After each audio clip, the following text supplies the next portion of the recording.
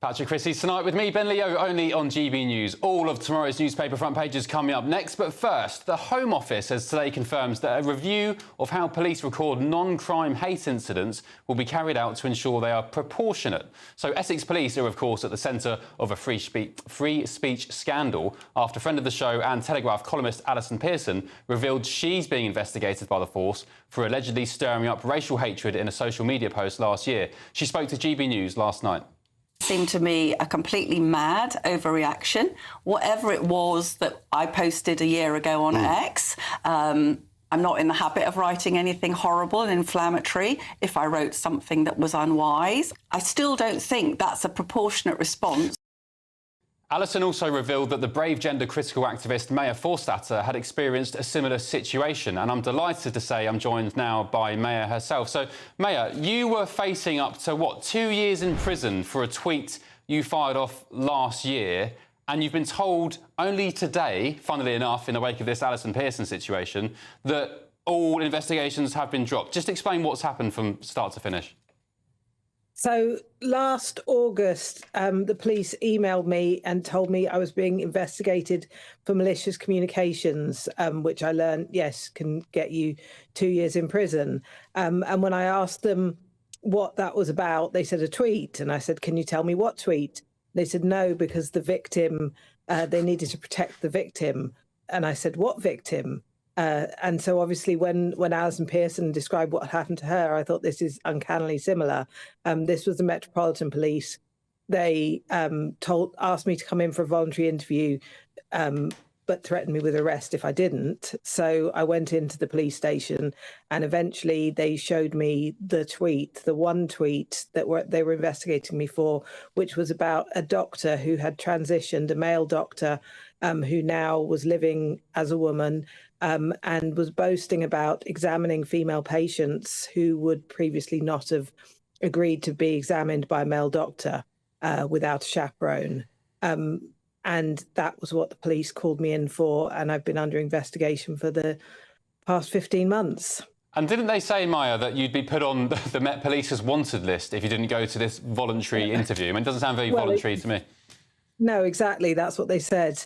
You know, you could be arrested at any time, so you better come in. So when did you hear about Alison's situation? And did it, I mean, by that point, by the time you'd heard about it, you hadn't found out yet that your case was dropped. So what were you thinking when you heard about Alison's case? I just thought this sounds so similar, calling the complainant the victim, refusing to tell you what tweet it was. It seems like a playbook. And so I messaged her and said that, and I did an interview with the Telegraph, and it was in the Telegraph and the Mail. And tonight they called me and said it was dropped by the CPS, and in fact that it was dropped 2 months ago, but they hadn't bothered to email to tell me, even though my lawyer had emailed them 3 times in the past couple of months asking them. So they dropped it internally on their side months ago. Yet they only told you today. I mean, what do you think happened there? Did they just see the Alison Pearson situation and think, oh, we forgot to tell Maya Forstater that it's been dropped? What do you think happened? Yeah, I think that, and you know, that I had, I've written about it before, but it was in the Telegraph and in the Mail, and I don't know if it was Elon Musk tweeting about Alison Pearson, but something got their attention, and they rang me tonight and said, oh, it's been dropped. There was no crime. What was your reaction to them? What did you say? Well, it wasn't the same person who was doing the investigation who called me. So, you know, so I just said, I'll be putting in a complaint because this was discrimination. It was harassment.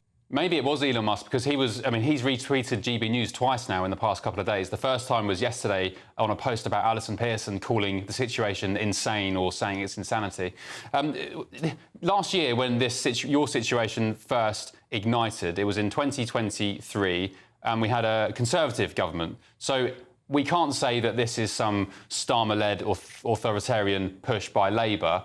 That said, we've had now 2 consecutive governments, Conservative and Labour, in Alison Pearson's case, who have overseen police forces behaving in a pretty draconian way. Who's responsible here? What's going on? Is it a police problem? Is it a problem in the civil service? What's happening here? Ultimately, it's a government problem to solve it. But you're right, it's been under governments of all kinds.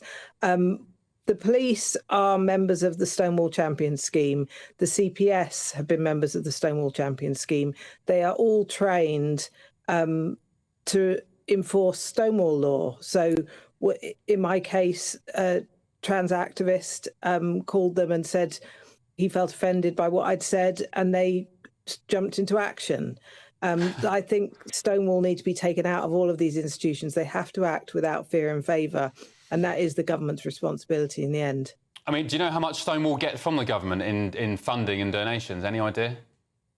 I think altogether they get about, it's not huge amounts of money. They're £8 million is their overall budget, and they get about £3 million from these subscriptions from public sector organisations. So it's, it's a tiny amount of money. It's the tail wagging the dog of these great big institutions that are spending all our public money and should be doing it fairly.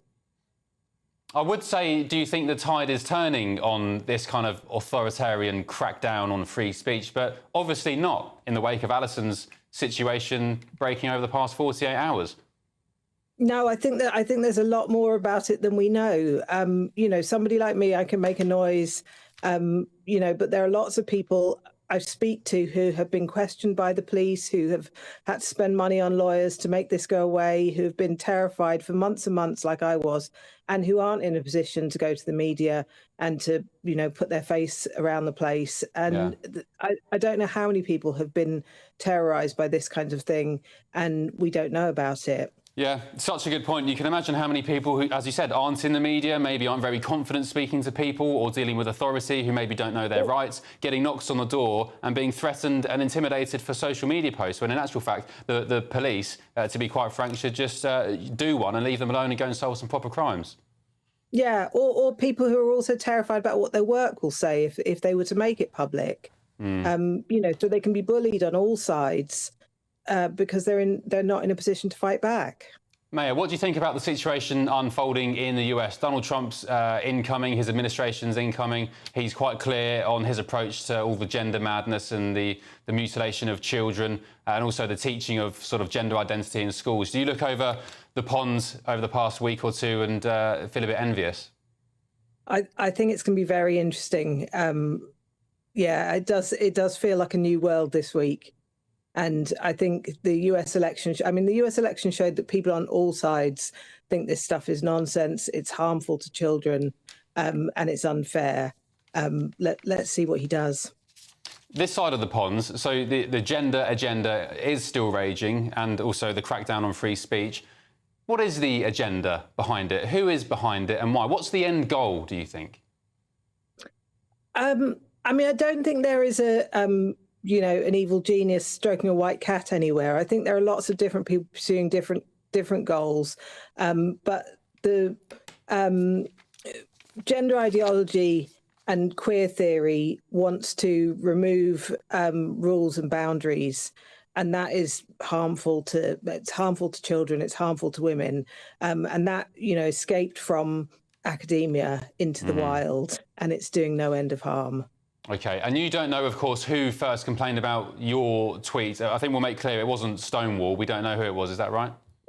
Well, I assume it's the doctor who the tweet was about. That was the indication that the police gave me. OK, well, look, Maya Forstater, sorry to hear about what you've been through over the past year or so. I guess congratulations that you're now off the hook. I mean, it's absurd that it came around in the first place, but at least you've not got a long legal fight on your hands in the future. I guess fingers crossed for Alison Pearson as well. Thank you, Maya, for joining us this evening. Really appreciate it. Thank you. Wow. OK, Essex Police have released the following statement in response to Alison Pearson's case. They said Essex Police cuts crime. OK, there were over 9,000 fewer reported offences in the last year and 20,000 fewer than 5 years ago. Our officers and staff, some of which are military veterans, work 24 hours a day, 7 days a week to keep the public safe and investigate crime. And a Metropolitan Police spokesperson said an allegation of malicious communication relating to a post on social media was reported to police in June 2023. A number of inquiries were carried out by officers, including liaison with the Crown Prosecution Service. We can confirm our investigation has now concluded, with no further action to be taken. While it's right that a full investigation was carried out, we do recognise the length of time it took and the impact that will undoubtedly have had on all parties. Yeah, still very confused about why it was only today that they told Maya that she was off the hook, despite internally concluding that there was no case many months ago.